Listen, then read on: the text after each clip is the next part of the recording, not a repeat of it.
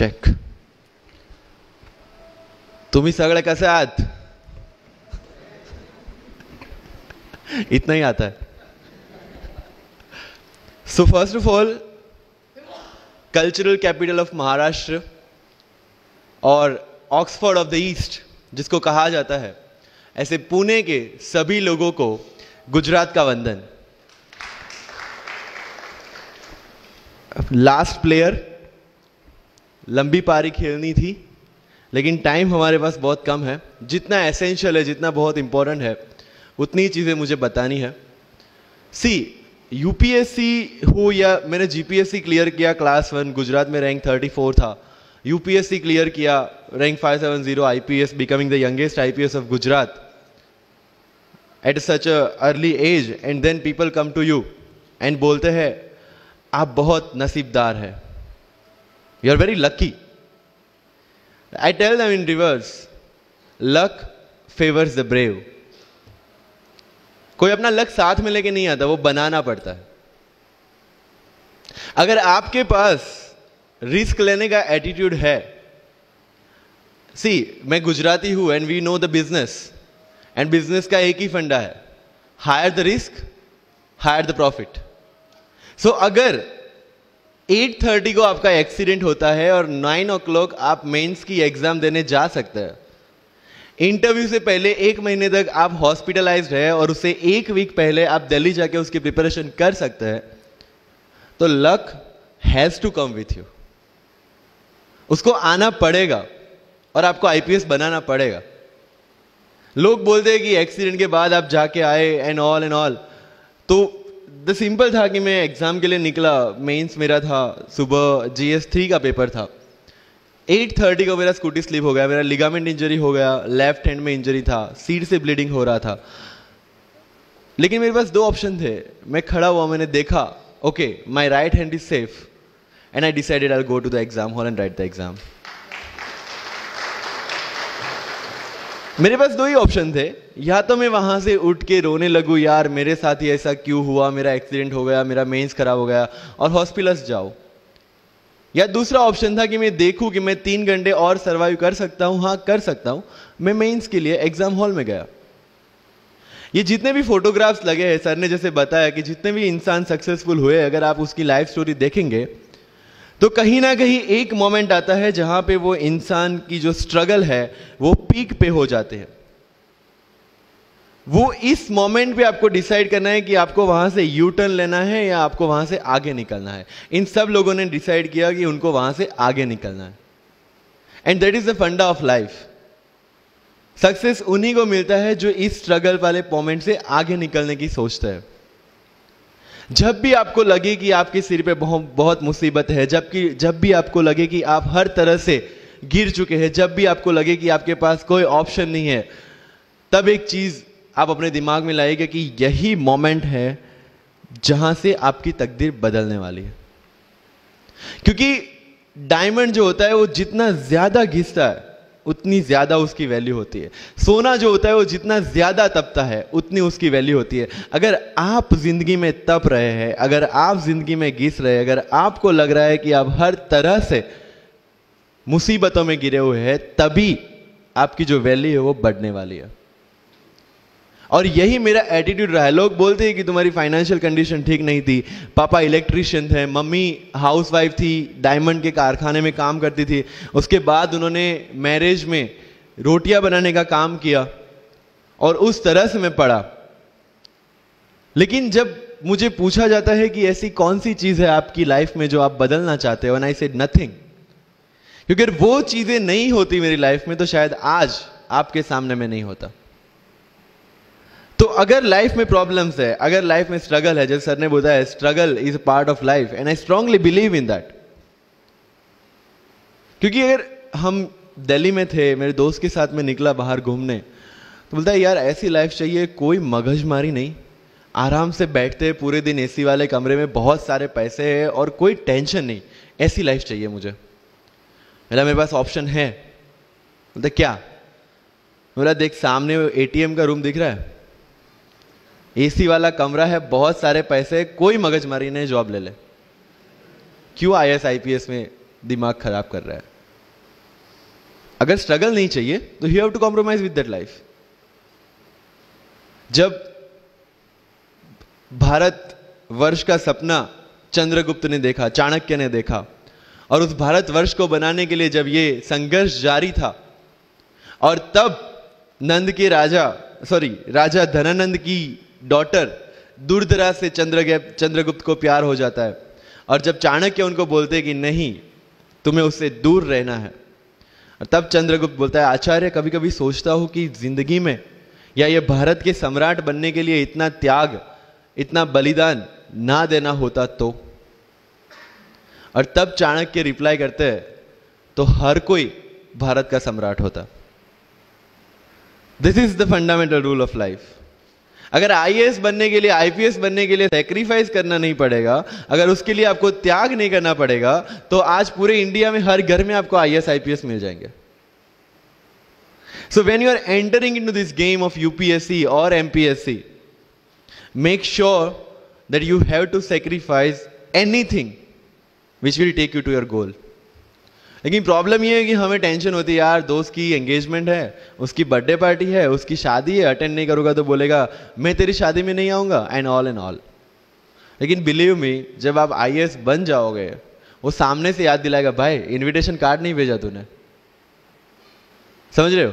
तो जो कुछ भी इसके लिए सेक्रीफाइस कर रहे हो, वो जब आप उस पोस्ट पे पहुंचोगे, सब कुछ वर्थ है, सब कुछ। मेरा इंटरव्यू था यूपीएससी का, मुझे एग्जैक्ट डेट याद है, 23 मार्च को मेरा इंटरव्यू था। 20 फरवरी को मुझे हॉस्पिटल में एडमिट किया गया क्योंकि मुझे इन्फेक्शन हो गया था बॉडी में, एंड बहुत हाई फीवर था, तो आईवी के अलावा कोई ऑप्शन नहीं था। 1 मार्च को ठीक होके मैंने सोचा चलो दिल्ली निकलते हैं। 2 मार्च को मैं दिल्ली पहुंचा।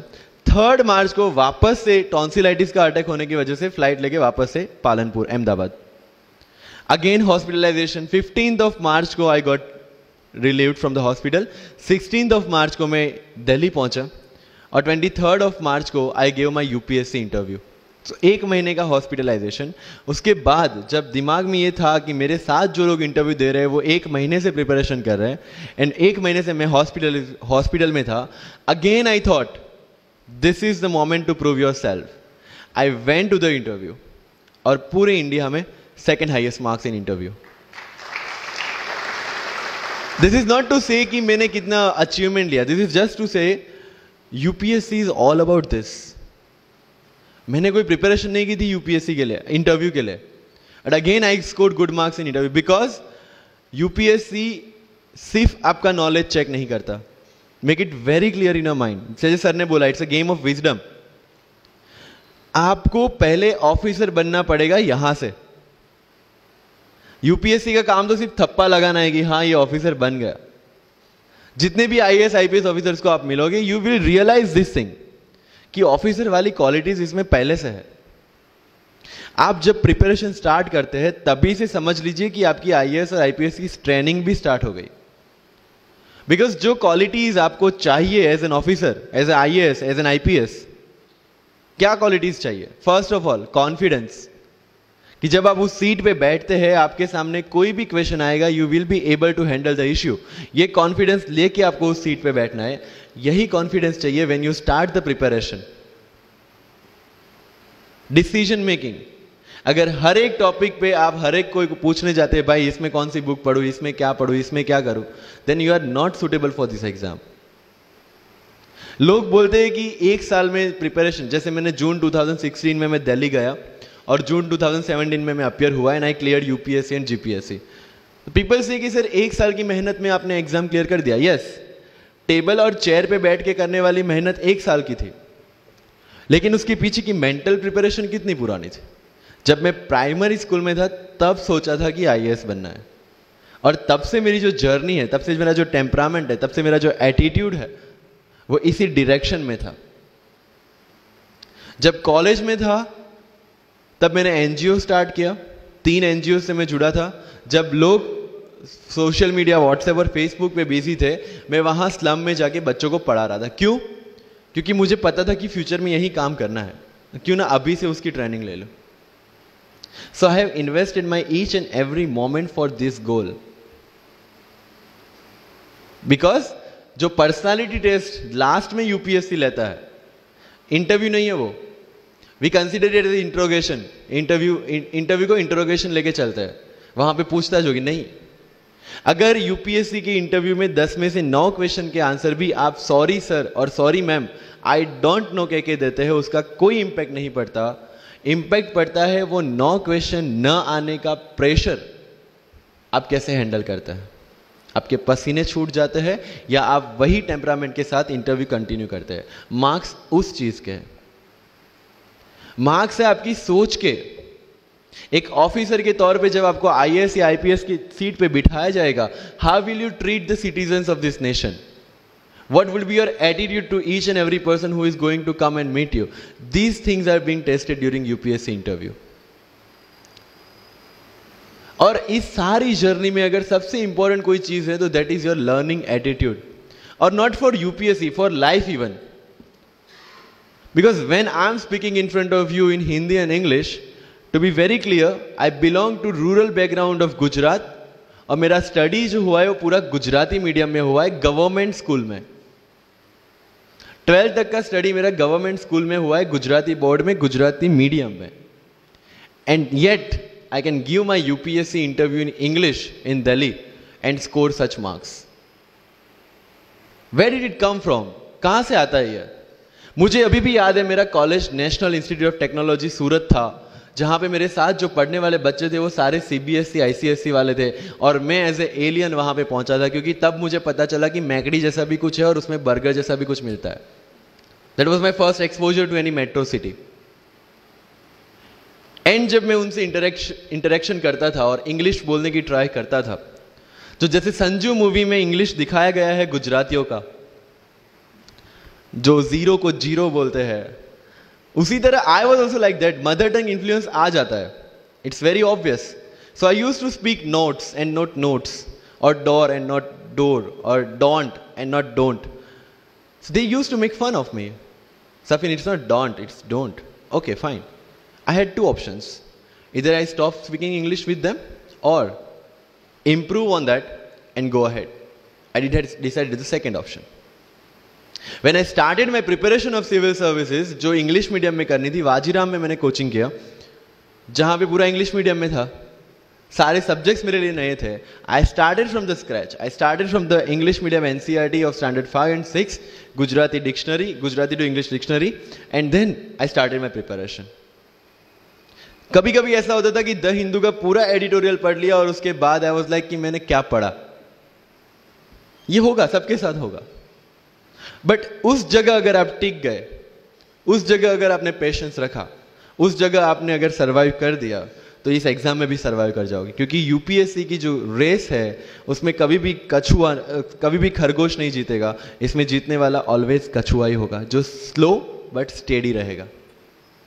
लग जाते हैं 5 साल भी लग जाते हैं, 7 साल भी लग जाते हैं, 9 साल भी लगे हैं लोगों को एग्जाम क्लियर करने के लिए। लेकिन बिलीव में जब रिजल्ट आएगा ना, तो वो सारा सेक्रीफाइस आपको वर्थ लगेगा। आप पढ़िए लोगों के इंटरव्यूज। मैंने क्या किया कॉलेज के 4 साल में, I went through each and every interview of UPSC toppers on YouTube. Ira Singhal से लेकर टीना डाबी मैम तक सबकी इंटरव्यूज मैंने देखे। For what? Just to know कि उन्होंने ऐसी कौन सी गलतियां की थी जिससे इनको इतना टाइम लग गया, और मुझे कौन सी गलतियां रिपीट नहीं करनी है। क्योंकि चाणक्य ने कहा है कि दूसरों के एक्सपीरियंस से जो सीखते हैं ना, वो जल्दी आगे आ जाता है। क्योंकि खुद सब कुछ अनुभव करके सीखने के लिए जिंदगी काफी छोटी है। I did the same. 4 साल में हर एक टॉपर का इंटरव्यू देख लिया, चीजें समझ ली कि ऐसी कौन सी चीजें जो इन सब ने की है, और ऐसी कौन सी चीजें हैं जो गलतियां हैं जो इन्होंने की और जो मुझे रिपीट नहीं करनी है।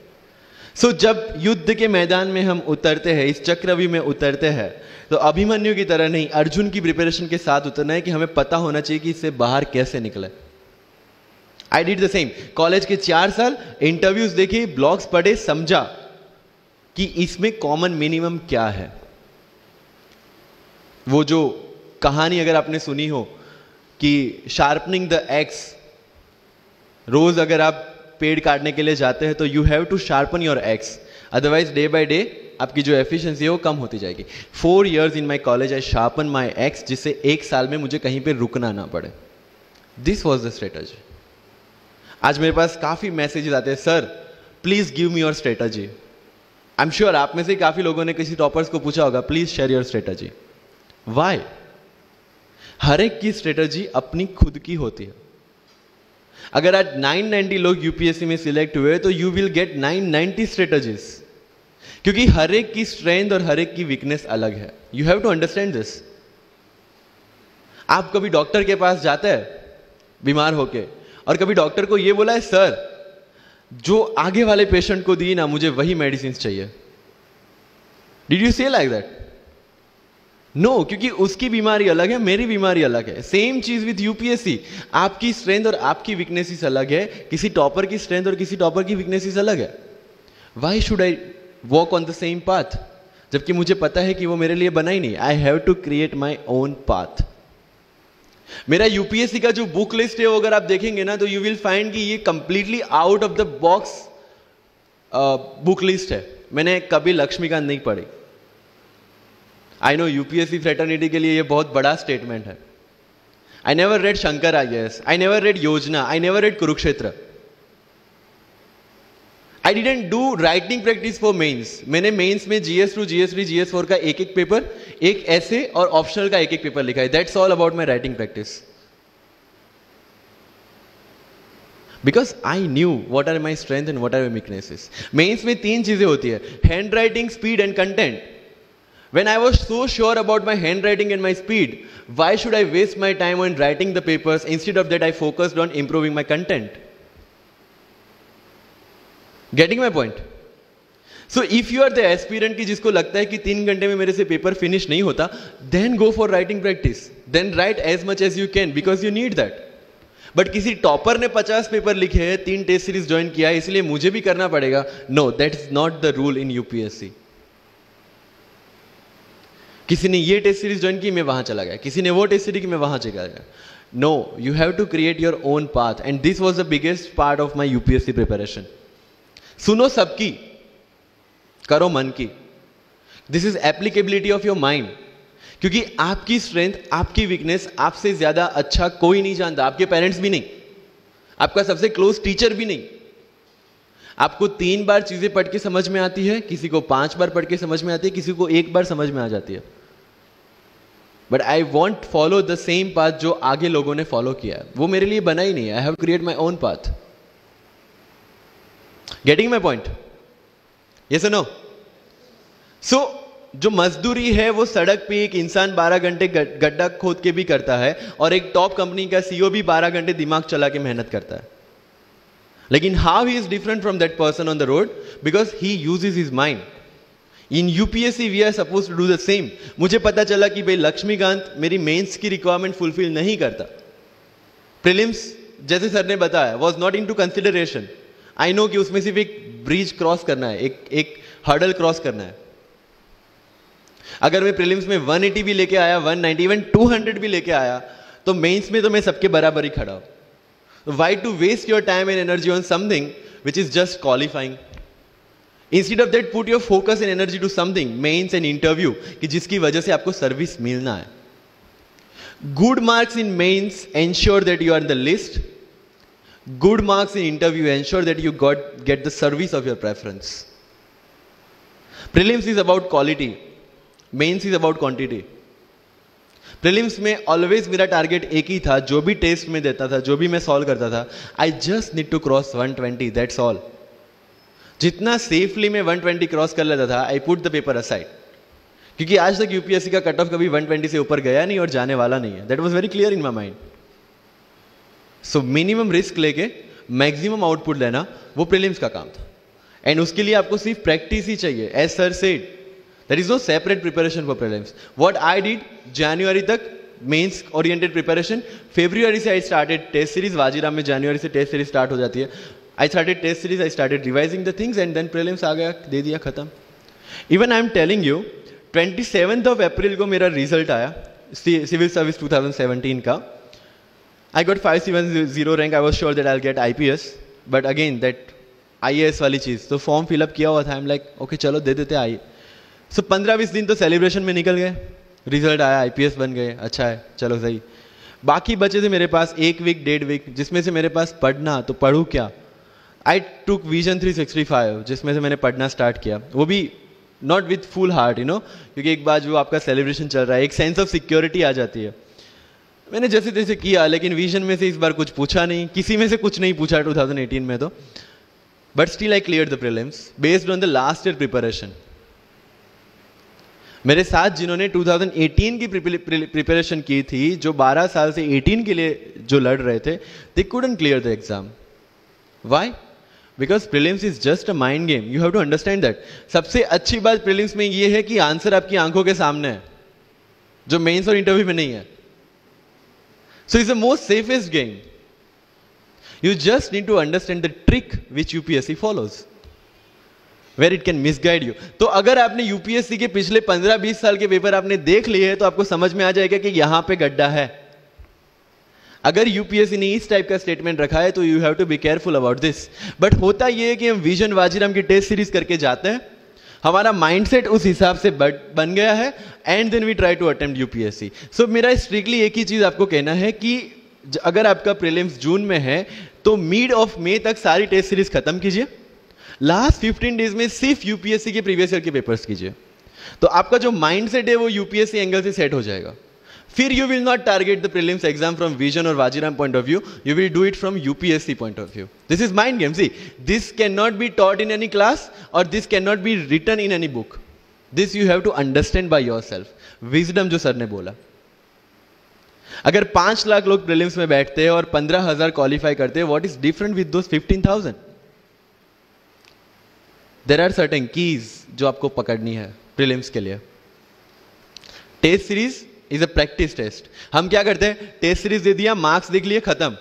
No, that is not for your evaluation, that is part of your learning process. What I used to do sir, कि वाजीराम का जब टेस्ट खत्म होता था, मैं घर पे आके खुद उसकी की बनाता था। How does it help you? It helps me to understand the entire topic again, 1 to 100 question, 100 topics, again you are revising. की में क्या होता है, जो 4 ऑप्शन दिए उसके इर्द गिर्द ही पूरा सॉल्यूशन देता है। जब आप गूगल पे पढ़ते हैं, you understand the whole topic again. तो अगर सेम टॉपिक में से कोई और क्वेश्चन भी आ जाता है, you have already revise the things. This is how you'll practice for prelims. अगर कहीं पे भी टाइम इन्वेस्ट कर रहे हो, you have to get optimum output out of that. लोग करंट अफेयर्स के नोट्स बनाते हैं न्यूज़पेपर पढ़ के। I never made any notes. Why? जब कोचिंग क्लासेस इतना पैसा दे के उनके लोगों को बिठा के न्यूज़पेपर में से, पीआईबी में से, पीआरएस में इतना अच्छा मंथली मैगजीन प्रिपेयर करते हैं, what's the need for me to write down the same thing again in my notes? उससे बेटर है कि मैं वो मंथली मैगजीन बार बार रिवाइज कर लूं। वाजीराम में एक सिस्टम है, 500 लोगों का क्लास होता है। अगर आपको फ्रंट रो में बैठना है, तो you have to go 1 hour early. So मैं 1 घंटे पहले जाता था, लेकिन 1 घंटे पहले जाके लोग वहां क्या करते थे, they started discussing the things जिनके बारे में उनको खुद को पता नहीं होता। What I used to do, putting on my headphone, taking the monthly magazine and going through the sections 1 by 1। 1 साल मंथली मैगजीन को 1 घंटे वहां बैठ के ही रिवाइज किया है, no extra time for that. और इसी हिसाब से प्रीलिम्स के पहले मेरे मंथली मैगजीन 5 बार रिवाइज हो चुके थे। That give you the confidence to go for the prelims exam. Revision, हर बार क्या होता है प्रीलिम्स में जाते हैं, एक क्वेश्चन देखा, 2 ऑप्शन पता है, 2 ऑप्शन नहीं पता है, होता है यूपीएससी में, इट्स वेरी कॉमन। 2 ऑप्शन पता है, that means you have read that topic. 2 option नहीं पता, that means you lack clarity on that topic. ये डिलेमा वाले क्वेश्चंस जितने कम, आइदर आपको आता है और नहीं आता है, दैट्स ऑल। जितने ज्यादा क्वेश्चंस में डिलेमा, उतना आपका रिवीजन ज्यादा चाहिए, उतनी आपकी क्लैरिटी कम है। This is simple test for checking out कि आपकी प्रिपरेशन कहां तक पहुंची है। जब भी टेस्ट लेके बैठो, टॉपिक है, अगर पढ़ा हुआ है तो यू मस्ट नो एवरीथिंग, अगर नहीं पढ़ा है that's not the issue. See, you just need to score 60% or 70% in prelims. Same thing, 50% in mains. So there is no one who can clear the 100% syllabus of UPSC. आज तक UPSC, GPSC दोनों first attempt में clear करने के बाद भी, if I am asked something from medieval India, I don't know anything, पढ़ा ही नहीं, मैंने स्किप कर दिया। मुझे पता है कि अगर 2 क्वेश्चन पूछते हैं प्रीलिम्स में, why to invest such a time on that, instead of मैं पॉलिटी और इकोनॉमी का रिवीजन ना करूं जिसमें से श्योर क्वेश्चन आने हैं, या फिर मैं इकोनॉमी और एनवायरमेंट ना पढ़ूं जिसमें से 15-20 क्वेश्चन श्योरली आने हैं। Why to waste some time on something which is very uncertain in exam. And believe me, जब मैंने मेडिवल छोड़ा, मैं सर के पास गया था, ही माइट नॉट रिमेंबर, लेकिन मुझे याद है, मैं बोला सर मेडिवल पढ़ूं? बोलते क्वेश्चन पूछते तो नहीं है मेडिवल में, लेकिन मैं ये नहीं कहूंगा कि तुम मेडिवल मत पढ़ो, क्वेश्चन आ गए तो। एंड आई अंडरस्टूड, सर समझदार को इशारा काफी है। I left the portion and 2017 के प्रीलिम्स में एक भी क्वेश्चन मेडिवल से नहीं है। अब इसको आप लक बोलोगे, और ये लक तब बना जब मैंने कोई डिसीजन लिया। समझ रहे हो, राइट? तो सी यूपीएससी, मैंने पहले भी अपने इंटरव्यूज में कहा और आज फिर से कर रहा हूं, it's just a mind game, it's just a mind game. चीजों को समझना है। मेंस में अगर मैंने आंसर राइटिंग नहीं किया तो I should not gate demotivated, because मुझे पता है कि मुझे उसकी जरूरत नहीं है। आपकी जरूरतें आपको पता होनी चाहिए कि आपको किस चीज में। आई was very sure in my mind कि अगर मुझे फर्स्ट अटेम्प्ट में क्लियर करना है तो मुझे कोचिंग चाहिए। That was very clear in my mind. जब मैंने सोचा कि कोचिंग करना है, वाजीराम में करना है, क्योंकि I research a lot about coaching institutions, तब मैं डिसीजन पे पहुंचा कि वाजीराम में करना है। पता चला कि वहां की फीस 1.5 लाख है, रहने का खर्चा 3-3.5 लाख तो आराम से हो जाएगा।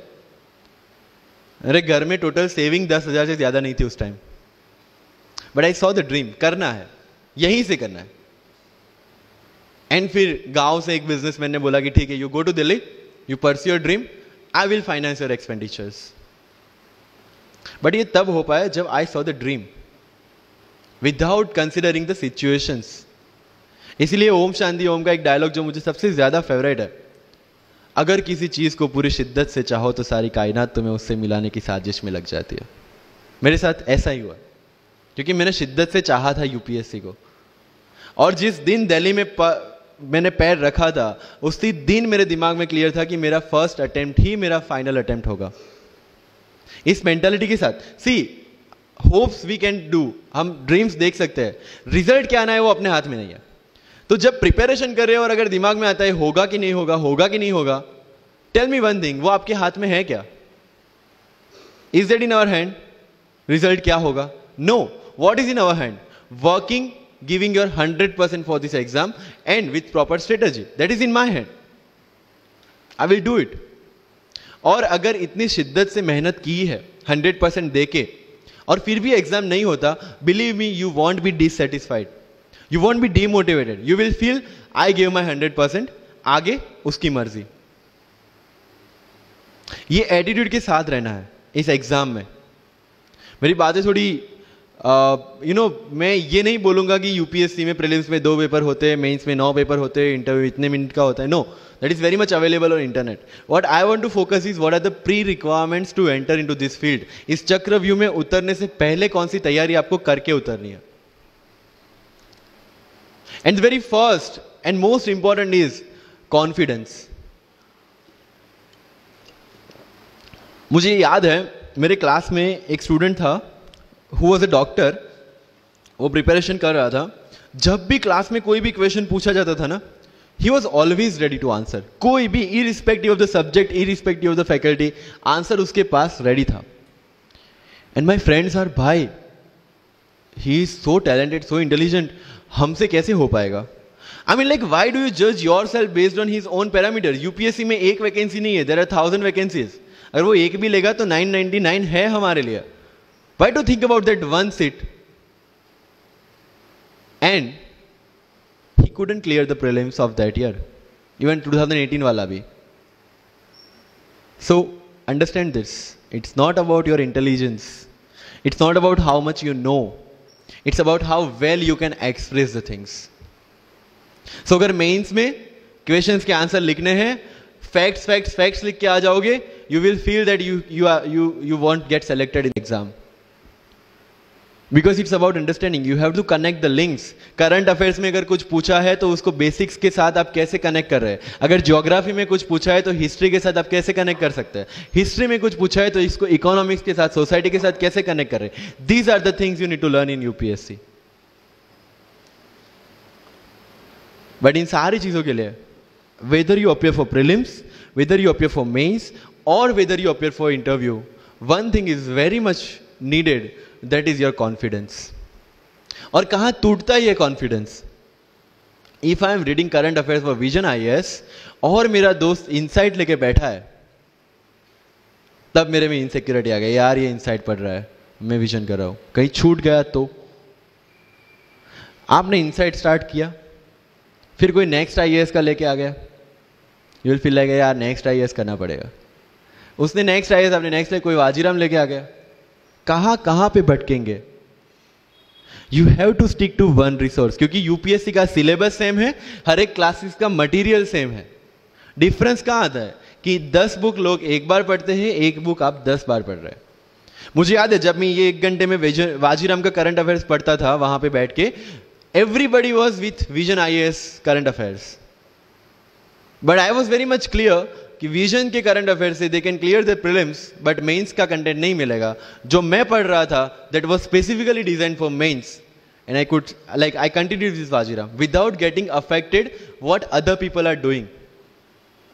कोचिंग में भी ये सेम होगा, your classmates will be doing something, you will be doing something. जब लोग ने लक्ष्मीकांत नहीं किया, I didn't do Lakshmikant, I didn't read योजना, I didn't read Kurukshetra, but I was so sure about my mind कि इसकी जरूरत नहीं है। योजना में करते क्या है, किसी एक टॉपिक के जितने भी करंट इनिशिएटिव है गवर्नमेंट के, उसको बना के एक पूरा मैगजीन बना दिया।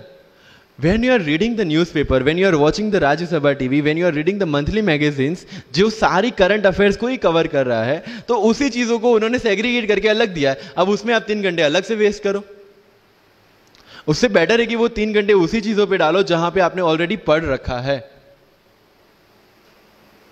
सो with minimum material, minimum required material, you have to give your optimum output. Multiple resources ले जाने का कोई मतलब नहीं है, you will be confuse. And जो फर्स्ट टाइमर्स है उनके लिए बोल रहा हूं कि your first attempt your best attempt, क्योंकि आपके पास लिमिटेड होता है। क्या होता है, ज्यादा पढ़ के जाते हैं ना जब मेंस में, ये लिखूं वो लिखूं ये लिखूं, उसी में कंफ्यूज, उसमें आता ही बहुत लिमिटेड है, लिखना भी लिमिटेड ही है, right? So it's about your limited knowledge with maximum understanding. अगर किसी चीज को आप समझते हैं तो उसको अच्छी तरह से सारे डायमेंशंस को ध्यान में रखते हुए समझ लीजिए, दैट्स ऑल। मैंने जब यूपीएससी के बेस पे जीपीएससी का एग्जाम दिया, Gujarat public service commission class 1, तो मैंने कोई जीपीएससी के लिए अलग प्रिपरेशन नहीं किया था। जो यूपीएससी का प्रिपरेशन था उसी के दम पे जीपीएससी का एग्जाम दिया, लेकिन सिलेबस कितना टारगेट किया, जो दोनों में कॉमन था। उस कॉमन सिलेबस के बेस पे मैं गुजरात में ऑल गुजरात रैंक 34 ला पाया। And one more interesting thing is that I did my entire preparation in English from scratch to the end in Vajiram, which is English medium institution. I wrote my mains in Gujarati, entire mains, with Gujarati literature as an optional subject, for which I didn't prepare in Delhi. See the level of uncertainties. But that was well designed according to my strength and my weaknesses.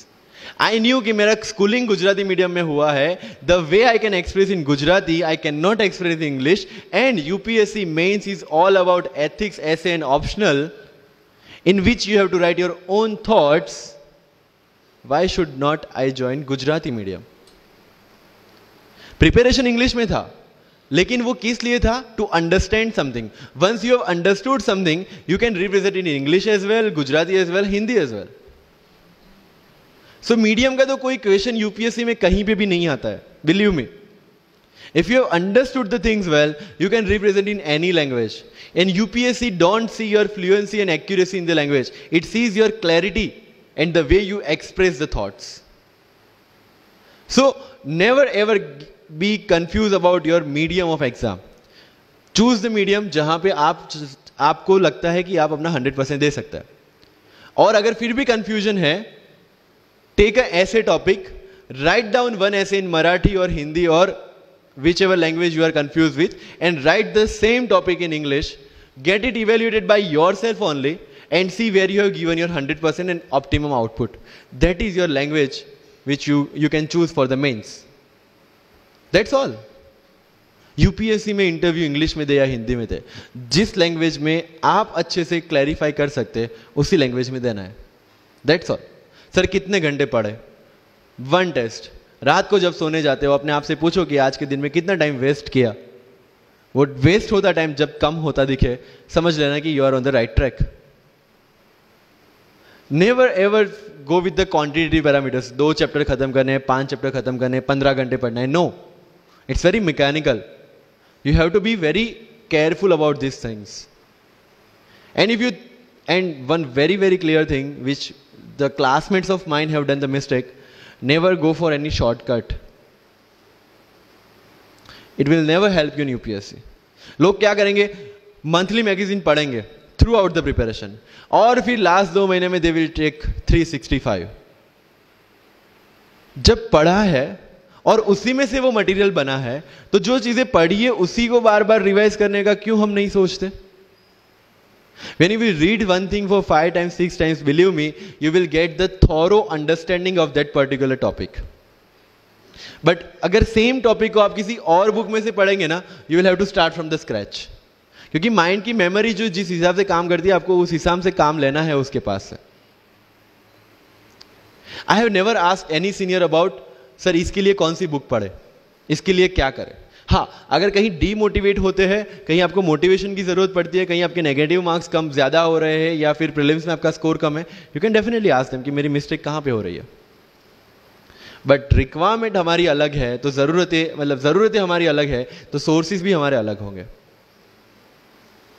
तो मुझे जब लगा, and मेरी पूरी preparation mains and interview oriented ही थी, prelims के oriented मैंने कुछ नहीं पढ़ा. I never read India year book as well, क्योंकि पता है इंडिया ईयर बुक में होता क्या है? करंट अफेयर्स का updation. We are reading current affairs monthly magazine, जो लोग हर जगह से उठा के बनाते हैं. Why to waste your time and energy on something which is a repetition of the same thing? So you have to be very smart in your approach. And one thing, अगर सिविल सर्विस में जाना है और इस game में टिकना है, तो आपका जो इंस्पिरेशन होना चाहिए, that should be from with in. आपको आईएएस आईपीएस क्यों बनना है? This is the fundamental question. और जब भी डीमोटिवेशन जैसा लगे, जब भी लगे कि मेरे से नहीं हो पा रहा है, ask this question to yourself. अगर कन्विक्शन स्ट्रांग होगा क्यों बनना है, you will be able to stay in this game. लेकिन अगर पैसों के लिए जाना है, मटीरियलिस्टिक गोल्स लेके जाना है, believe me, UPSC checks our presentation, but God checks our intention. This is very much clear, which I have felt, which I have seen. With what intentions you want to enter into service matters a lot. If you feel for the downtrodden, if you feel that you want to work for the nation, if you feel that you want to give something to the society, then only come into this service. If you want to make money, join some corporation. So with clear intentions, with clear inspiration, you have to enter into this game, and with lots of confidence. Don't take certificate from others. आज तक life में हमने यही किया है. अगर किसी marriage में भी एकदम बन ठन के गए हैं, लेकिन जब तक सामने वाला मुझे नहीं बोलता dude you look good today, हमें सेटिस्फेक्शन नहीं होता. Isn't it?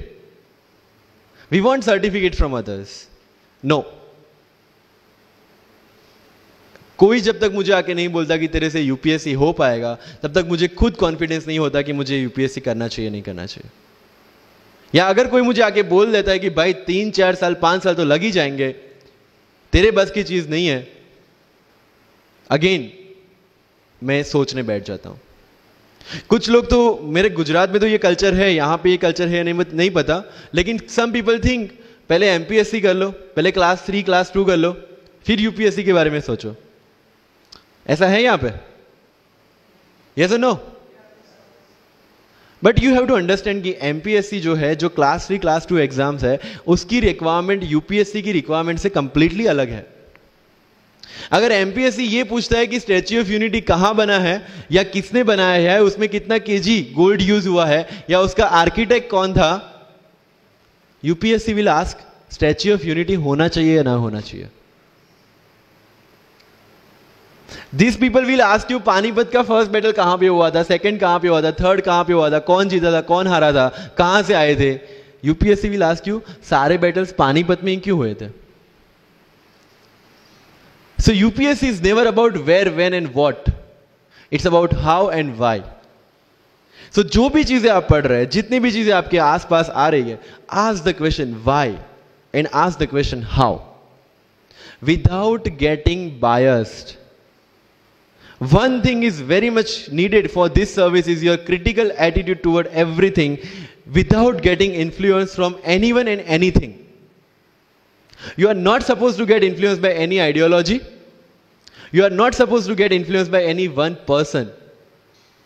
One thing is your guiding torch throughout this exam and throughout your life should be the Constitution of India and the philosophy of the Constitution of India. No party philosophy required. So अगर कोई चीज हो रही है, I have only one thing to do: check the merits, check the demerits, propose the solution. If there is a demonetization, what will be the advantage, what will be the disadvantage, what could have been done and what should be done. That's all. Being an IAS or IPS, you have to do the same. But again मैंने जो बोला कि बन के जो करना है उसकी ट्रेनिंग आपकी अभी से स्टार्ट हो गई है। किसी व्यक्ति विशेष के इन्फ्लुएंस में आके या किसी विचारधारा के इन्फ्लुएंस में आगे अगर आपने ये एग्जाम की प्रिपरेशन स्टार्ट की, believe me, you are not going to score good in this exam. UPSC has its own checks and balances. Prelims खत्म कर लिया, मेंस में फिर से होगा, मेंस निकाल दिया, इंटरव्यू में फिर से होगा। देयर आर 3 स्टेप्स इसीलिए रखे गए हैं ताकि डिजर्विंग कैंडिडेट्स आ पाए। And if you have any reservation in your mind कि अगर मैंने मराठी मीडियम में रह के पढ़ाई की है या मेरा फैमिली बैकग्राउंड अच्छा नहीं है या मेरी एज ज़्यादा हो गई है या मैं वर्किंग प्रोफेशनल हूँ, उसके साथ में कैसे एग्जाम करूँ, हर एक प्रॉब्लम के लिए we have the solutions and we have the examples जिन्होंने अलग अलग तरीके से प्रिपरेशन की है। All India rank 2 Anu Kumari madam 1.5 साल 2 साल के लिए अपने 2.5 साल के बच्चे को अपने से दूर रख के प्रिपरेशन किए at the age of 31 and she could become the IAS। या you can take the example of Ummul Kher कि जिसको 8वीं क्लास में घर से निकाल दिया ये बोल के कि हमारे घर में बच्चियां 8वीं से ज़्यादा नहीं पढ़ती, और उसी झोपड़पट्टी में रह के उसने पढ़ाई की, बच्चों को ट्यूशन्स दिया, 3 दिन 4 साल पुरानी रोटियां खाई, और उसके बाद भी जवाहरलाल नेहरू यूनिवर्सिटी में से PhD करके फर्स्ट अटेम्प्ट में यूपीएससी में ऑल इंडिया रैंक 400 समथिंग लेके आज शी इज डूइंग IRTS की training. And with the genetical disorder की उसके जो बोन डेंसिटी है वो काफी कम है, तो आज तक 16 से 17 तो उनके ऑपरेशन हो चुके हैं। Do we have any kind of limitations like this? कोई जेनेटिक डिसऑर्डर या घर से निकाल दिया गया हो या खुद मजदूरी करके पढ़ना है? No. Then what are the problems? All problems are here. अगर मैंने ये सोचा होता कि अब एक्सीडेंट हो गया, मेरे से नहीं लिखा जाता, नहीं लिख पाता मैं। मुझे किसी ने पूछ लिया कि सफीन हसन के अचीवमेंट्स इतने हैं, इतना सब कुछ मतलब पा लिया है, what is the failure in your life? And I said there is no failure in my life, there are certain experiences in my life. If you want to make it success और failure, it's in your mind. अगर किसी चीज आपके साथ कुछ हुआ, उसमें से सीख के आगे बढ़ने का एटीट्यूड आपके पास होगा, UPSC is all yours. So वही चीज जो कहावत है, deserve before you desire. If you want to be in civil service, you have to deserve for that. If you want कि आपके घर में फॉर्च्यूनर हो, तो पहले फॉर्च्यूनर रखने की जगह होनी चाहिए, in simple words, right? So if you want to be in civil services, you have to develop that mindset. मुझे मेरा अगर यूपीएससी का इंटरव्यू आपको पढ़ना हो तो it's available on my Facebook, मेरा फेसबुक अकाउंट पे थोड़ा स्क्रॉल करके अगर जाओगे, इट्स सफीन हसन, SAFIN उसमें अगर आप नीचे जाओगे, you will find the PDF जिसमें क्या क्वेश्चंस पूछे गए और उसके क्या आंसर मैंने दिए। Everything I have written down. I was asked about Islam, casteism in Islam, why it is still persistent in Islam, why there is a university called Aligarh Muslim University and another is Banaras Hindu University, what is the relevance of madrasa system, what is fatwa, everything from Islam. Not because they want to do something, some bias with me or something like that. They just want to check कि अगर इस इंसान को हम IAS या IPS के post पे बिठाते हैं, whether he will treat the person as a citizen of India or member of any one particular community. And that's how I could score 204 in UPSC interview, because I could satisfy them. And this is not because I could score, this is the requirement of this job. अगर आपको लगता है कि being Muslim आपके साथ कुछ distinguish behaviour किया जाता है, मुझे ये क्वेश्चन पूछा गया. मेरा एक इंटरव्यू है जिंदगी विथ रीचा में, जो अंसार भाई का काफ़ी वायरल हुआ था. Same Richa Anirudh also took my interview. She asked me this कि when you belong to Gujarat and when you are an IPS officer, कहीं ना कहीं दिमाग में 2002 आता है और उसके बाद आपको कहीं लगा कि बीइंग अ मुस्लिम आपके साथ कहीं पे कोई भेदभाव हुआ है या कोई डिस्क्रिमिनेशन हुआ है. And I simply said no, I never felt like that, because मेरे दिमाग में कहीं पे डिफरेंशिएशन या डिस्क्रिमिनेशन नहीं है. It's always here. If I treat people differently based on their religion or the caste, I will see how people behave with me from that angle only. But if I am treating everyone equally, if I have no bias in my mind, I will not see biasness or this kind of discrimination anywhere. If you want to enter into this service, this is the first and foremost requirement, that you have the secular outlook, secular thinking, and thinking as per the Constitution of India. That's all. So जो मैं deserve before you desire की बात कर रहा हूँ, वो यहीं से शुरू होती है. एक IPS और IAS बनने के बाद आपको जो चीज़ें करनी है वो आपको यहीं से इम्बाइब करना स्टार्ट करना पड़ेगा. You can not go to each and everyone and ask इसके लिए क्या करूँ, उसके लिए क्या करूँ. You have the internet, find your questions and find your answers by yourself. When you will become an IAS, tell me one thing, collector का charge मिला आपको, कोई क्वेश्चन आया, you will go to 10 people and ask इसमें क्या करना चाहिए. No, you have to take the decision and act on that. Being an IPS आपको कहीं पे मोब हैंडल करने जाना है, you cannot ask your subordinates or your constable, भाई इसमें क्या करूँ. You have to take decision. That decision making starts from here. मैं लक्ष्मीकांत पढ़ूँ, DD बासु पढ़ूँ, सुभाष कश्यप पढ़ूँ या किसी कोचिंग के नोट्स पढ़ूँ, you have to decide by yourself according to your requirement. मैं द हिंदू पढ़ूँ या इंडियन एक्सप्रेस पढ़ूँ, मुझे जो चीज़ें ज़्यादा समझ में आती है, I read that thing. News तो सेम ही है, राइट. मुझे जो चीज़ें समझ में आती है और UPSC का जो रिक्वायरमेंट है, ये दोनों चीज़ें मुझे ध्यान में रखनी है. So with this 50 minutes of कथा, I will take 5 to 6 question from your side. But last but not the least जो मुझे बताना है, and not for UPSC GPSC, for the entire life, कि जितने भी कंप्लेंट्स आपकी लाइफ में है, मैं यहाँ से आता हूँ, मेरे पेरेंट्स ये करते हैं, मैं वो करता हूँ, मेरा इंग्लिश अच्छा नहीं है, मेरा मैथ्स अच्छा नहीं है, ये सारे हमने अपने आप को दिए हुए एक्सक्यूजेस है. You have to find the solution by yourself. अगर इंग्लिश नहीं आता है, I can start with the 5th standard book, और 5th standard बुक से भी शुरुआत करने में अगर मुझे अपना ईगो बीच में आ रहा है, then I can not learn it at any stage of my life. Start with the 5th standard book, start listening English, start speaking English. अगर बोलने में शर्म आती है, अपने मोहल्ले के किसी 3-4 बच्चों को जो 1st, 2nd standard में, उनको उठाओ और उनके साथ बातें करो. उनको वैसे भी समझ में नहीं आ, और अपने को वैसे भी पता है अपन क्या बोल रहे हैं.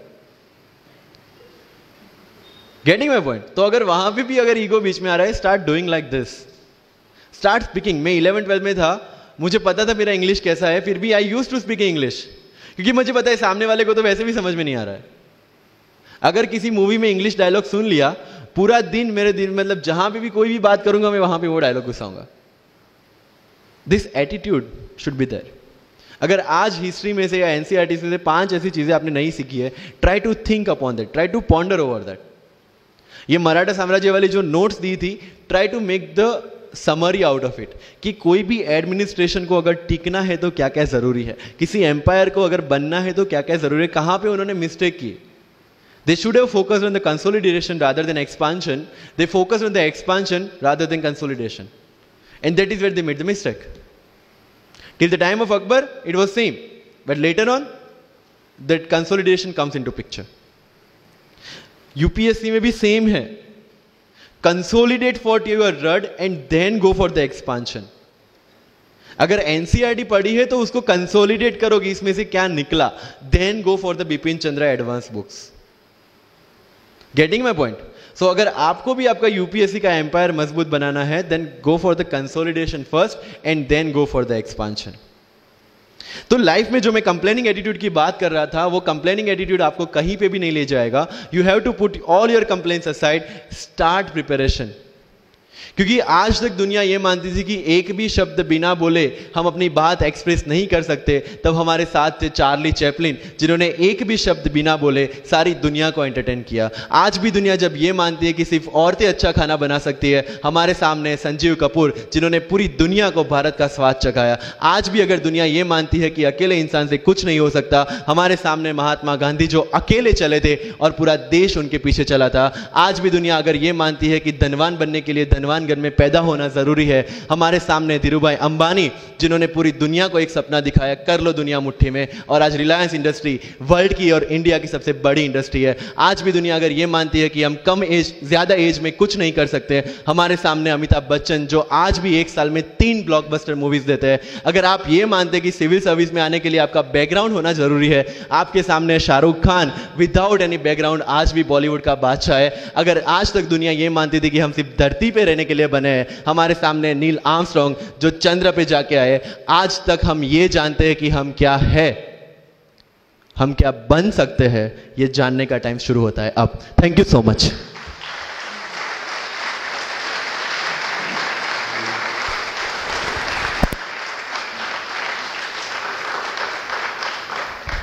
Wow, that was full power. Thank you very much, sir. So, yeah, so I would request all my volunteers to come around, and also we would like to present some Thanksgiving memento to our beloved guests. And yeah.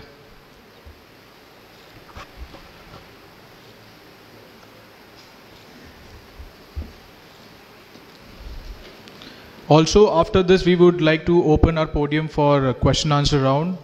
And just to also let you guys know that when we guys exit, so our volunteers would be standing at the exit gates. So just remove your registration form from the thing that has been provided, fill it up, and while exiting, give it to them. And also we have provided some tea and coffee at the exit, so you can have that.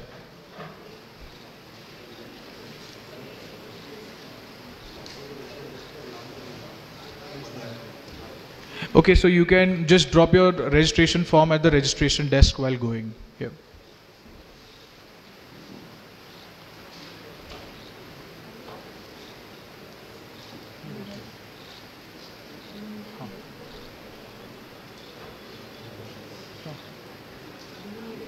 Okay, so we open the podium for question answers.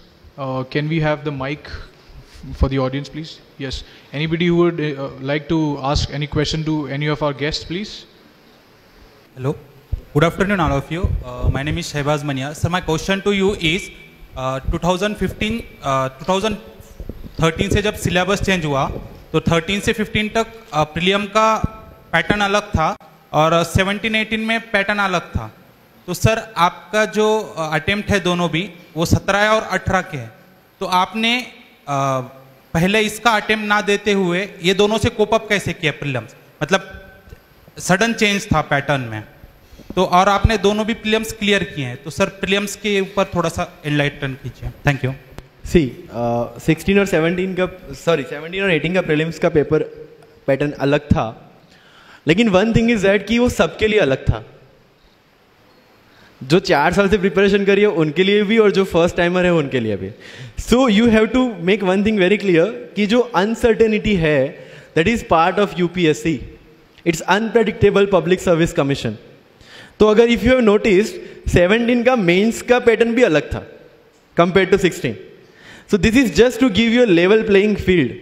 UPSC का ये चीज है कि it will always equal the opportunity for everyone. तो senior और freshers के बीच में इक्वल अपॉर्चुनिटी देने के लिए they give this unpredictability. One thing make sure, 17 का पेपर पैटर्न अलग था, 18 का तो कंप्लीटली अलग था, 19 का वी डोंट नो कि कैसा होगा. So your preparation should never get changed. आपका जो ट्रैक है जिसमें आप स्टैटिक की प्रिपरेशन कर रहे हैं और करंट अफेयर्स की प्रिपरेशन कर रहे हैं, जिस हिसाब से कर रहे हैं, follow the same, because everybody is doing the same and whatever the change will be there in UPSC will be equal for all. वहां पे आपका जो ऑफिसर वाला एटीट्यूड है, नई चीज़ों को कॉप अप करना और नए चैलेंजेस को फेस करना, जो आप ऑफिस में बैठ के हर रोज हर घंटे करेंगे, वो यूपीएससी में करना है. राइट? तो पेपर पैटर्न चेंज होगी, that will not make that impact जितना आप उसको दिमाग से लेंगे. Because everybody is facing the question paper for the first time, whoever is sitting for the UPSC prelims. तो पेपर पैटर्न नया हो या आउट ऑफ द बॉक्स हो, इट इज फॉर एवरीवन. जैसे फॉर एग्जाम्पल मेंस में question पूछा गया था, decolonisation of Malay peninsula. People got frustrated कि इतना कॉर्नर क्वेश्चन क्यों पूछा गया. आई वॉज हैप्पी कि कॉर्नर है, किसी को भी नहीं आता होगा, so relatively I am safe. UPSC is all relative, you know. तो अगर प्रीलिम्स का पेपर टफ है, सबके लिए टफ है. अगर कॉर्नर से क्वेश्चन पूछे गए, सबके लिए पूछे गए. So you should never worry about what UPSC will bring to on your table. You should only worry about how much you want to eat from that. Right? So unpredictably is part of the exam. Prelims में भी है, mains में भी है, and UPSC interview में तो सबसे ज्यादा है. Why to worry about that which is not in our hand? What is in our hand? Preparation, static portion, current affairs. Give your 100% to that. That's all. Clear? Yeah. Thank you. Thank you. Any more questions? Please raise your hand if you have any.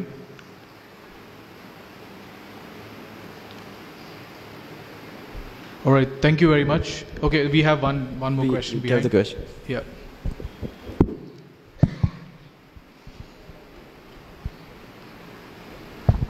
Good afternoon. And congratulations, Mr. Safin, what you have achieved in your life. मेरा question ये है कि if I want to make my future generation IAS, और आज के मैं हालात देखूं और आज की चीज़ें देखूं, तो क्या वो पॉसिबल है वो चीज़ चेंज होना जो आप लोग बोलते हैं कि you have to work for the society and you have to change the things. मैं आप तीनों से can you please focus on this आज के हालात? What do you mean by this आज के हालात? 5 साल पहले ऐसा हुआ कि my son was doing science और किसी ने मेरे को बोला, some was working with IAS Institute, they were training the students. तो उन्होंने बोला why don't you make your son IAS officer? तो मैं बोला I don't want to make my son IAS officer. The reason is कि मैं जो चीज़ देख रहा हूँ, कल अगर वो रिश्वत खाए और कल वो चीज़ अगर ऊपर से फोन आता है और वो चीज़ नहीं हो सकी उससे और वो गलत काम करने लगे, तो मैं उसको वो चीज में क्यों डालूं?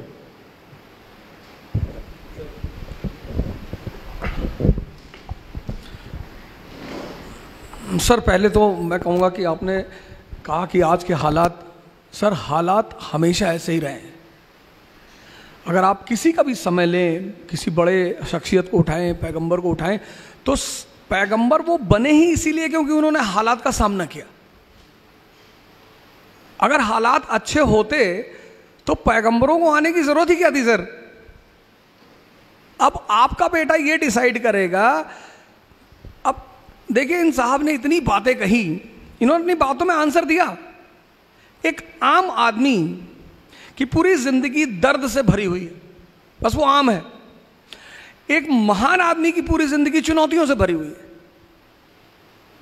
ये जो आपने शब्द यूज किया ना, हालात, सर हालात से ही तो लड़े राम, मोहम्मद साहब. आप मोहम्मद साहब का टाइम देखिए, आप मोहम्मद साहब का टाइम देखिए सर, पहली चीज. दूसरी चीज सर ये है कि हालात, अब जैसे हम तो, मैं तो हिस्ट्री का टीचर हूं, तो मैं तो हमेशा एग्जाम्पल वहीं से उठाता हूं. 1398 तैमूर हिंदुस्तान आता है, तबाही मचाता है, सब कुछ खत्म कर देता है. 1398 से लेके 1556 सेकेंड बैटल ऑफ पानीपत, आप समझ लो 150 साल हिंदुस्तान की हालत खराब, सब कुछ तहस नहस. और उस परिस्थिति में सर 1556 में एक 15 साल का लड़का गद्दी पे बैठता है, अकबर. सर हालात देखो आप, हम नाहक में उसे ग्रेट नहीं कहते सर, हम ग्रेट सिर्फ इसलिए कहते हैं कि भाई तुमने इस हालात से तुम निपटे कैसे. एक आदमी कह रहा है मेरा पड़ोसी मुझे गाली दे रहा है, सबके देते हैं. दुनिया में कौन सा पड़ोसी जो किसी को गाली ना दे? और अगर ऐसा है कोई तो आप बताइए, मैं तो मिलूंगा उस आदमी से।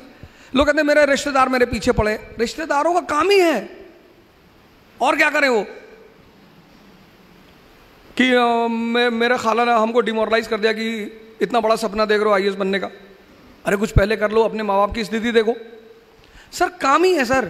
फ्रेंड आपका आ गया, उसने कहा अरे यार आईएएस बनने जा रहे हो। अच्छा, ये सीधे हमला कभी नहीं करते, ये इनडायरेक्टली करते हैं। मेरे पास एक लड़की आई 4 दिन पहले, उसने कहा सर मेरे पापा बहुत परेशान है, हमसे करे वापस आ जाओ। मैंने कहा ठीक है, अपने पापा को बोलो मुझसे बात करें। तो मैंने उनसे पूछा कि सर क्या हुआ बताइए। तो बोले ऊर्जा साहब हमें बहुत डर लग रहा है। मैंने कहा कैसे, बताइए हमें। बोले हमारे पड़ोसी बता रहे थे कि दिल्ली बड़ी ऐसा ऐसा कांड हो गया। बीच में कांड हो गया था तो काफ़ी फेमस था, एक बच्ची के साथ दुर्व्यवहार हो गया था, उसकी हत्या हो गई थी। मैंने कहा सर इंदिरा गांधी मार दी गई सर, प्राइम मिनिस्टर उस वक्त थी, आप खुदा बन रहे हो सर, बचा लोगे, ले जाओ सर।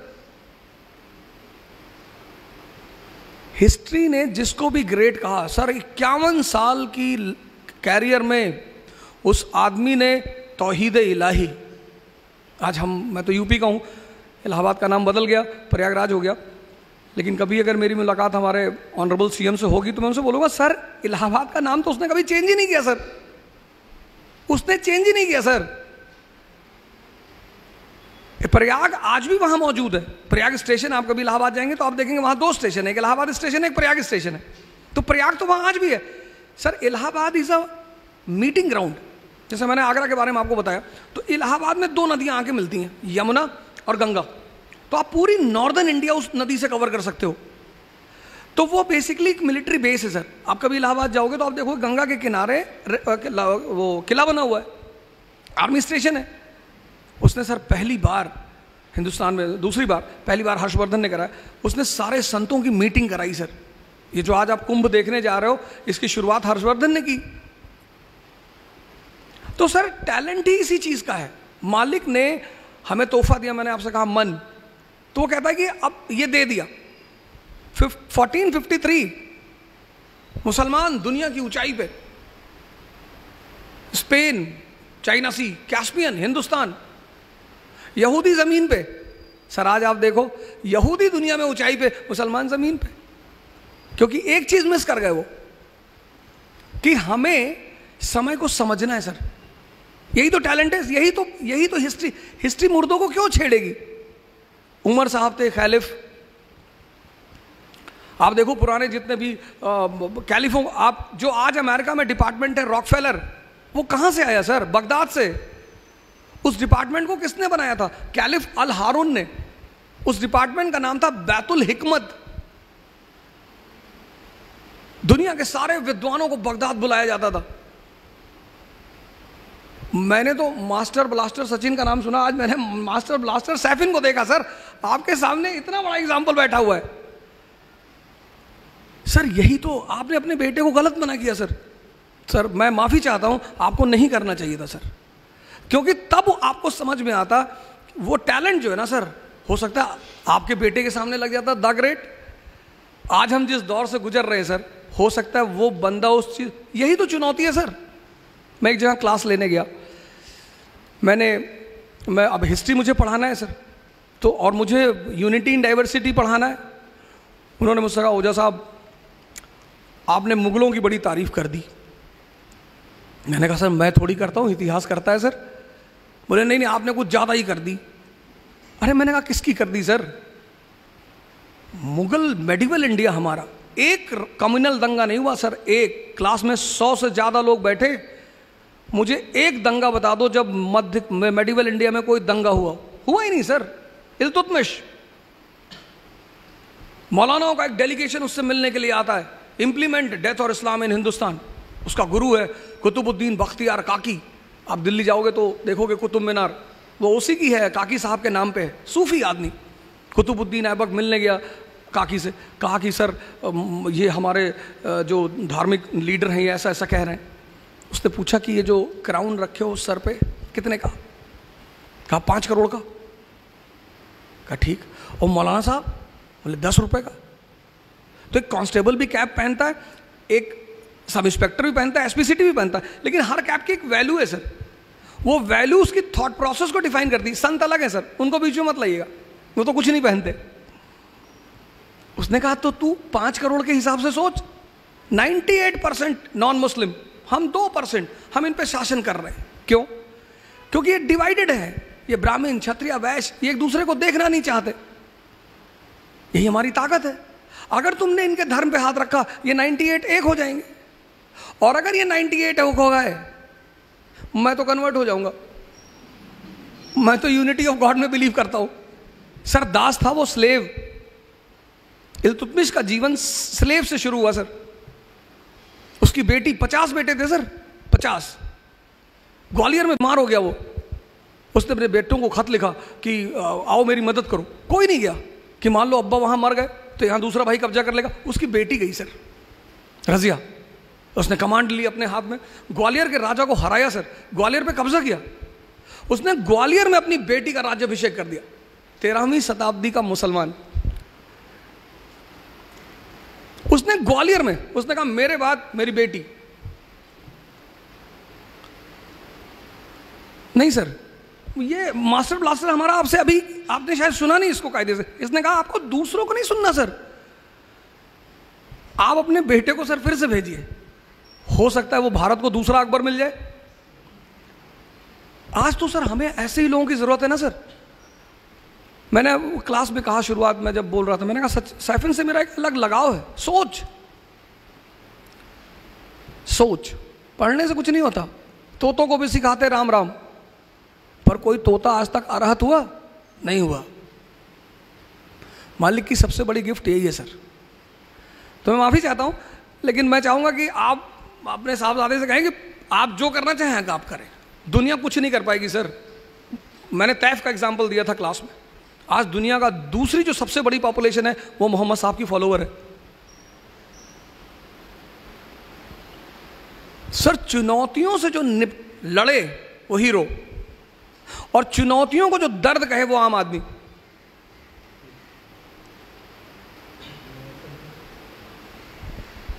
सर कुछ और कहें? Thank you sir. I'll just add one thing. ये सबके लिए है, एक्सपीरियंस के लिए भी है। इन एवरी हालात वी हैव ओनली 2 ऑप्शंस, या तो हालात से लड़ना है या हालात से डरना है। You have to choose your own. और सेकेंड थिंग, मुझे ये सेम क्वेश्चन पूछा था सर, थोड़ा पॉलिटिकल हो जाएगा, लेकिन आई वॉन्ट टू से दिस पीपल। किसी ने मुझे मैसेज किया कि किसी एक स्टेट में कोई एक सिटी का नाम बदला जा रहा है, आप उस पर क्या कमेंट देंगे? आई सेड जिस दिन तुम्हें उससे फर्क पड़ना बंद हो जाएगा, उस दिन वो भी बंद हो जाएगा। As simple as that. Yes, next question. I understood कि आपका जो रेफरेंस है वो वैल्यू सिस्टम पे है। सी देयर आर सर्टेन ऑफिसर्स जो आज भी उनकी वैल्यू सिस्टम को लेके चल रहे हैं। ओके, तो केसेस तो होंगे, सिस्टम है, उसके लूपहोल्स है, उसको लोग यूज भी करेंगे। आपका कोई बाल भी वांका नहीं कर सकता अगर आपने अपने एथिक्स को नहीं छोड़ा है। Article 311 of the constitution gives the highest level of security to any civil servant working in government of India और स्टेट गवर्नमेंट। लेकिन अगर आपकी किसी जगह पे कोई प्रॉब्लम है जो उनके हाथ में आ गया, then you can be played with. So if you are very much clear about your role, your job, your duty, and you are aware कि आपको कहाँ पे क्या डिसीजन लेना है, nobody can interfere in your life. This is very clear. So अगर उनके साथ कुछ होता भी है, कहीं वे फ्रेम भी करते हैं, लेकिन सत्य है तो जीतेगा.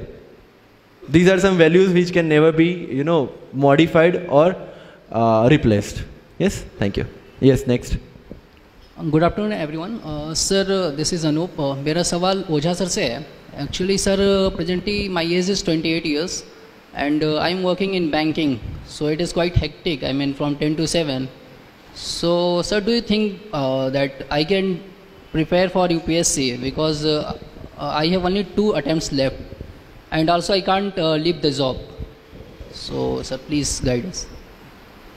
बेस कैसा है तुम्हारा? बेस कार चलाना जानते? No sir. Bike? Bike yes. Cycle? Yes. तो अब जब साइकिल चलाते चलाते कभी कभी मोबाइल चेक कर लेते हो कि नहीं? हाँ या ना बताओ, दो में से जो भी ऑप्शन है तुम्हारा। जैसे साइकिल चला रहे हो, तुम्हारा कॉन्फिडेंस है साइकिल पे, और तुम साइकिल चला रहे हो और फोन आ गया, तुम देखो जैसे जो लोग कार चला रहे हैं। Yes we do sir. हाँ, you do, generally we do it कि when we develop a command on certain things. एक अटेम्प्ट में निकाला, तुम्हारे पास 2 है, तुमने अभी कहा कि तुम्हारे पास 2 है, अब कैसे? अब देखो कितनी, मतलब वो सारी बातें वो कहा ही, इन्होंने कहा कि एक तो फाउंडेशन, मैंने शुरू में, आपने शायद गौर नहीं किया, मैंने ये कहा कि आईएएस का एग्जाम बहुत इजी है। मैंने आप लोगों से क्वेश्चन पूछा था, मैंने कहा इस क्वेश्चन पे मैं आपको इनाम दूंगा, आप में से अभी तक किसी ने जवाब नहीं दिया कि सिंधिया ने होलकर से ही दुश्मनी क्यों की, और ना आप में से किसी ने पूछा।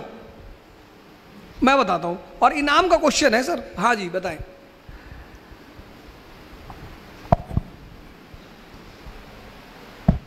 सर मैंने आई थिंक कहीं पढ़ा था, वो पानीपत से होलकर भाग के आए थे, मतलब विश्वास राव को छोड़ के आए थे शायद, ये पढ़ा था मैंने, शायद ये रीजन हो सकता है। ठीक ठीक। और कोई?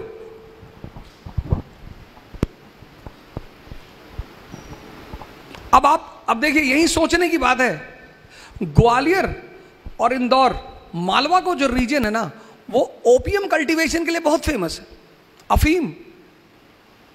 ईस्ट इंडिया कंपनी उस अफीम को सबसे ज्यादा बेच रही थी चाइना में। जैसे आज तेल अमेरिका के लिए है, ऐसे अफीम थी ईस्ट इंडिया कंपनी के लिए। इनके पास इतना सोना नहीं था, और चीनी जो थे, चाइनीज, ये किसी भी अपने गुड्स को सिर्फ सोने में बेचते थे, सोने के अलावा किसी में देते ही नहीं थे।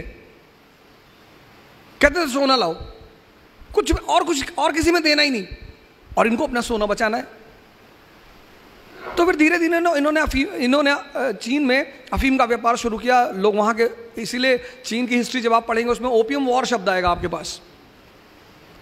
और ये मालवा और का जो रीजन है, ये कितनी सारी नदियाँ, बेन, बेतवा, केन, ये सारी नदियों का इलाका, फर्टाइल लैंड, हाईलैंड। यहाँ का टेम्परेचर बड़ा प्यारा है, थोड़ा सा हाईलैंड है, तो टेम्परेचर जो है थोड़ा सा नॉर्मल है, ओपियम पैदा होने के लिए बड़ा सूटेबल है।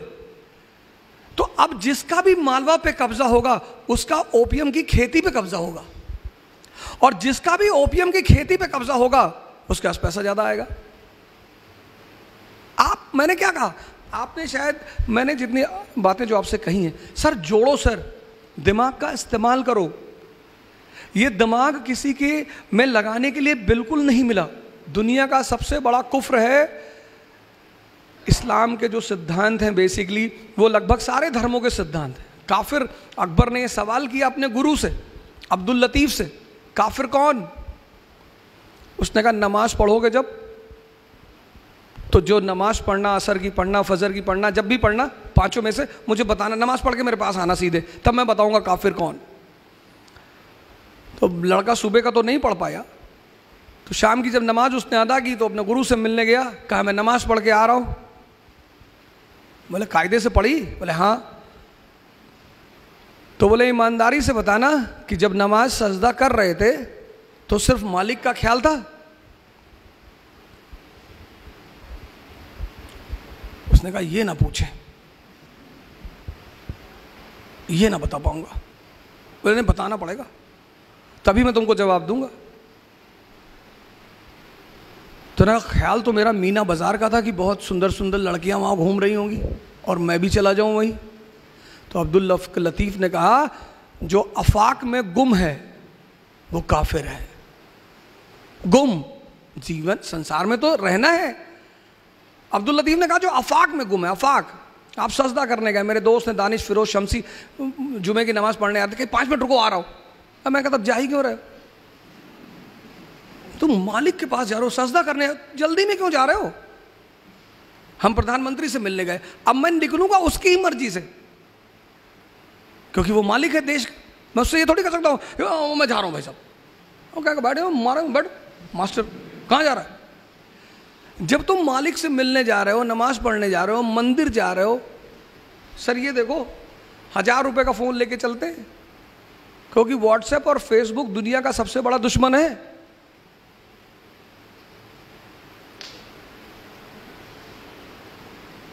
काफिर ज्यादा हो गए, किसकी वजह से? फेसबुक की वजह से। काफिर ज्यादा हो, ये दुनिया में जो आप उथल पुथल देख रहे हो किसकी वजह से? काफिर। काफिर का मतलब क्या? जिसका दिमाग मालिक के साथ भी नहीं एक है। कम से कम आप किसी बड़े आदमी के सामने बैठे तो उसके ऊपर ध्यान लगाइए। आप नमाज पढ़ने के धीरे से मोबाइल निकाल के देख रहे हैं, अगल बगल आप देख रहे हो, कोई देख तो नहीं, उससे क्या फर्क पड़ता है सर? आप देखिए, मेरी वाइफ के पास 1 लाख रुपए का फोन, कहती है अच्छा नहीं लग रहा है। मैंने कहा सवाल अच्छे का नहीं है, सवाल दिमाग का है, बात ही तो करनी है।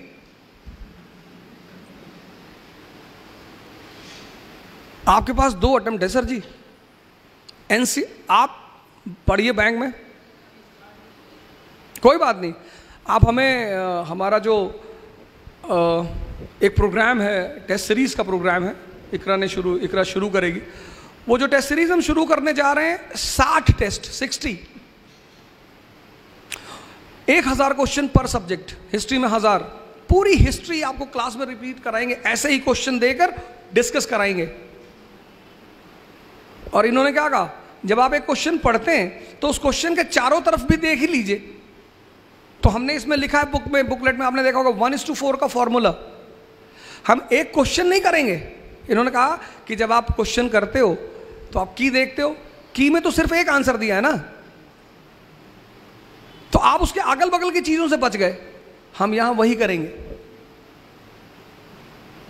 हम उस एक क्वेश्चन पूछेंगे, उसके अगल बगल जितनी भी चीजें। हमने यहां बुद्ध की प्रतिमा लगाई इसलिए नहीं कि हम बुद्धिस्ट हैं, यहां इतने महान लोगों की फोटो लगी हुई है।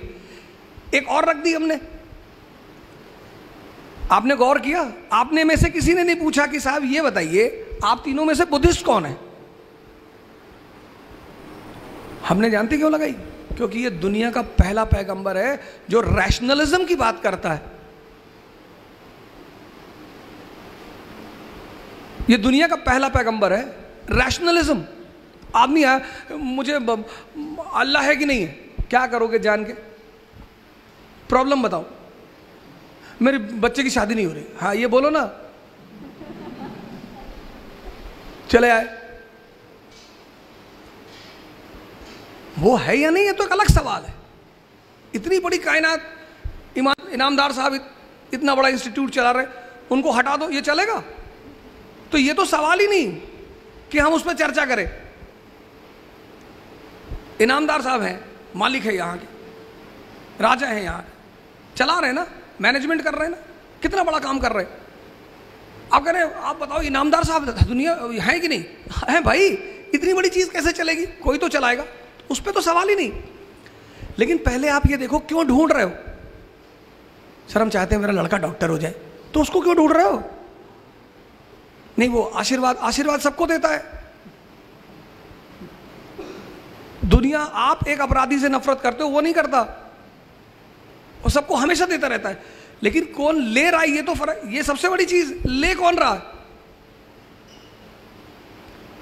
उमर साहब, कैलिफ उमर कैलिफ, बगदाद के कैलिफ। अभी सर ने हमारे कहा आज के हालात, गांव का प्रधान पिजारो से चल रहा है, बोलेरो से चल रहा है, फॉर्च्यूनर से चल रहा है। कैलिफ उमर, बगदाद के कैलिफ। ईद मनाने का पैसा नहीं,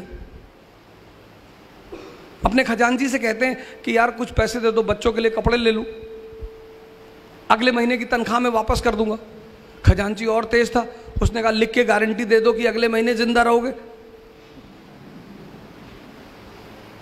जब वैसे राजा थे तो लोग खुश थे। और इस देश में हालात बनाए किसने? हमने। डेमोक्रेसी है, we the people of India solemnly resolve. अगर आपको अभी पता चल जाए कि मेरे ऊपर हत्या के 20 केस चल रहे, आप सब उठ के चले आओगे, इस आदमी से कुछ सुनना ही नहीं। आप जब मेरे सामने से उठ के जा रहे हो कि ये हत्यारा है, हम इससे कुछ नहीं सुनेंगे। सर ऐसे आदमी को संसद में क्यों बिठाते हो?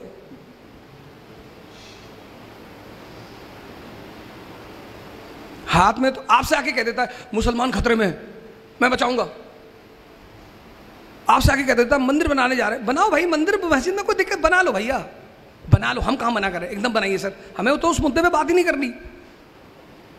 लेकिन ये बताओ सर, हमारे बच्चों को नौकरी कैसे दिलाओगे? मंदिर बना लो, नीचे मंदिर बना लो, ऊपर मस्जिद बना लो, फिर ऊपर गिरजा घर बना लो, सब बना लो सर, मेरी जमीन में बना लो सर। लेकिन सर ये बता दो कि हमारे ये जो बच्चा MCA करके बैठा है, 4 साल से नौकरी ढूंढ रहा है, इसको नौकरी कैसे दोगे सर? ये तो आप पूछते नहीं इन नेताओं से। फिर आप कहते हो हालात।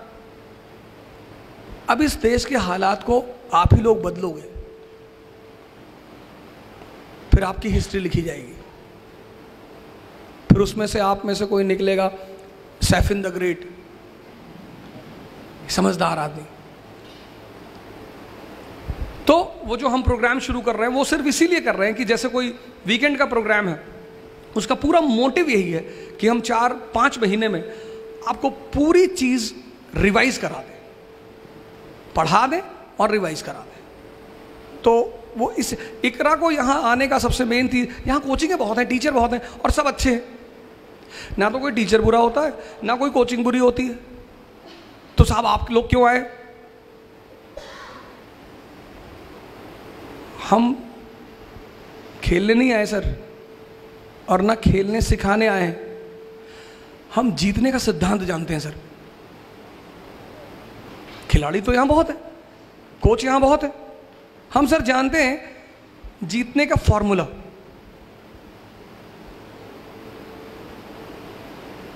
वो आपसे शेयर करने आए। इन्होंने कहा ना कंसोलिडेशन, आपने ध्यान नहीं दिया होगा उस शब्द पे। 1765 ईस्ट इंडिया कंपनी, जनाब ने पीछे से क्वेश्चन किया था,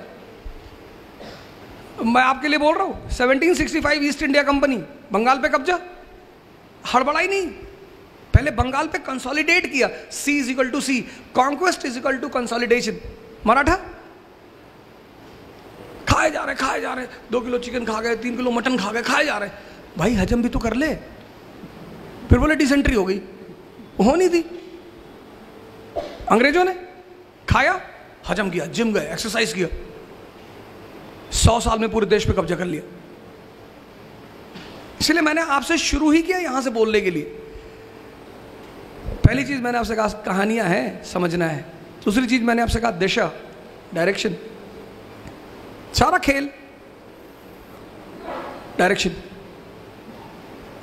तीसरी बात मैंने आपसे कहा लड़ना है, मजा लो लड़ाई का, रो नहीं सकते, रो नहीं सकते, आप रो नहीं सकते।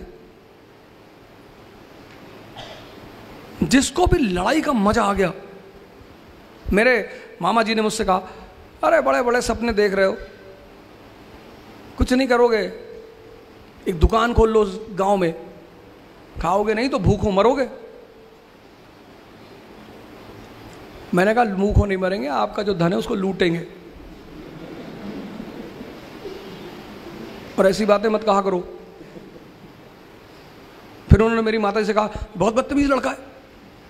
सर बदतमीजी आप कर रहे हैं। एक तो आप अपने आप को मेरा अपना कहते हैं, माँ प्लस माँ, जिसमें 2 माँ लगा हुआ है, जो डबल माँ लिए हुए वो अपने बच्चे को डिमोरलाइज कर सकता है। आप ये कहो कि बेटा और मेहनत करो, उठो, आगे बढ़ो, ऐसे नहीं होगा। आप करो कुछ नहीं करवाओगे, दुकान खोल लो। तो जब आपने शुरुआत की तो मैंने आपको जवाब दिया, मैं माफी चाहता हूं उसके लिए।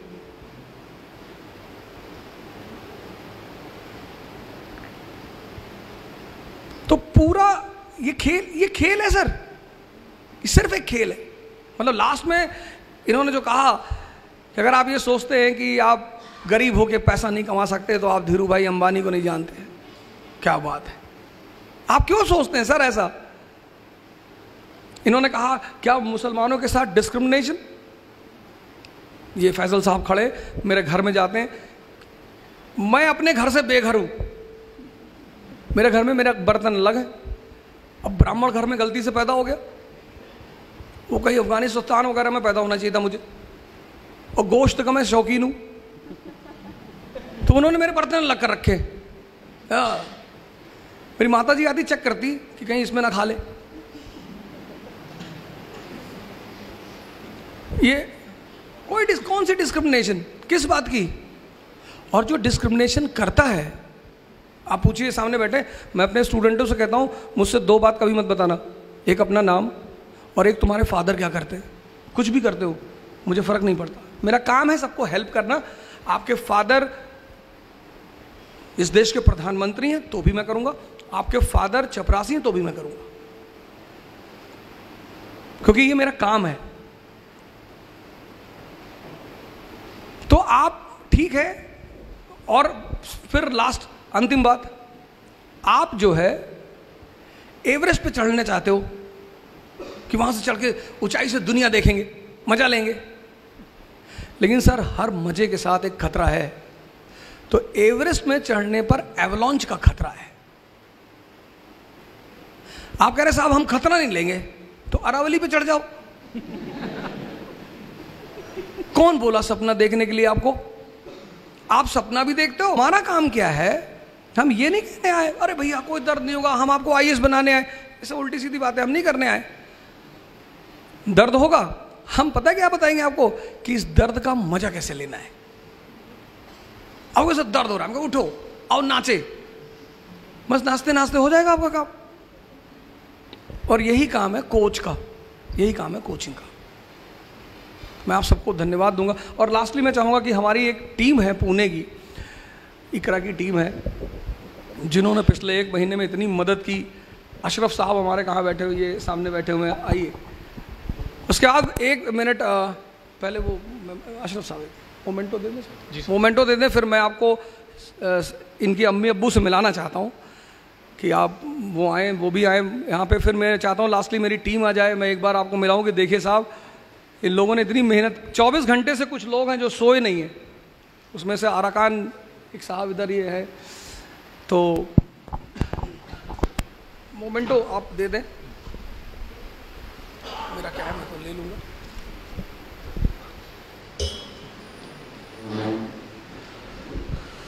तो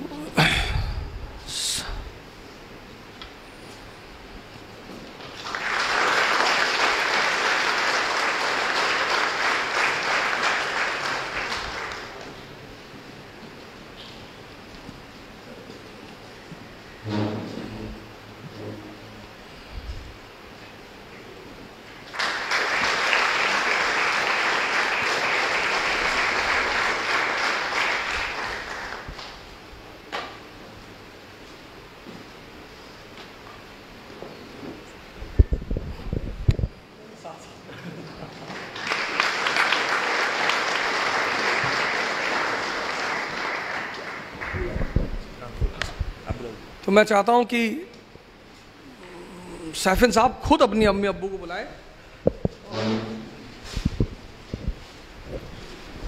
यहाँ पे जो पेरेंट्स बैठे हैं उनके लिए एक मैसेज ये है कि अगर मेरी सक्सेस में मेरे मॉम डैड का सबसे बड़ा कंट्रीब्यूशन कोई है, हर एक माँ बाप अपने बेटे बेटियों का भविष्य सुरक्षित करने के लिए मेहनत करता है, अपनी जी जान से मेहनत करता है, लेकिन एक चीज़ उन्होंने जो स्पेशल की वो ये है, they give me the freedom to dream. तुझे जो करना है, जैसे करना है, you do, we are with you. और ये सेंस ऑफ फ्रीडम आप में सेंस ऑफ रिस्पॉन्सिबिलिटी लेके आता है, और वही चीज़ इन्होंने की। अगर उन्होंने कभी मुझे ये नहीं बोला कि तुझे डॉक्टर बनना है, इंजीनियर बनना है, या ये बनना है वो बनना है। जब मैंने उनको बोला कि मुझे ऑफिसर बनना है, yes you go and do it. जब एनआईटी में होने के बावजूद मैंने प्लेसमेंट नहीं लिया, मैं प्लेसमेंट में बैठा ही नहीं एक भी बार, जब रिस्क लिया 1 साल यूपीएससी प्रिपरेशन का, जब घर के हालात ऐसे थे, जब ज़्यादा मजदूरी करनी पड़ती, फिर भी दे नेवर सेड कि okay just go and study, go and get some job जिससे फाइनेंशियल हेल्प हो जाए। No, they said okay you want to do UPSC, just go and do UPSC. That is where probably I got that freedom, and that's why I could pursue my dreams so freely. So I would like to welcome Mummy, Papa, please come on the stage.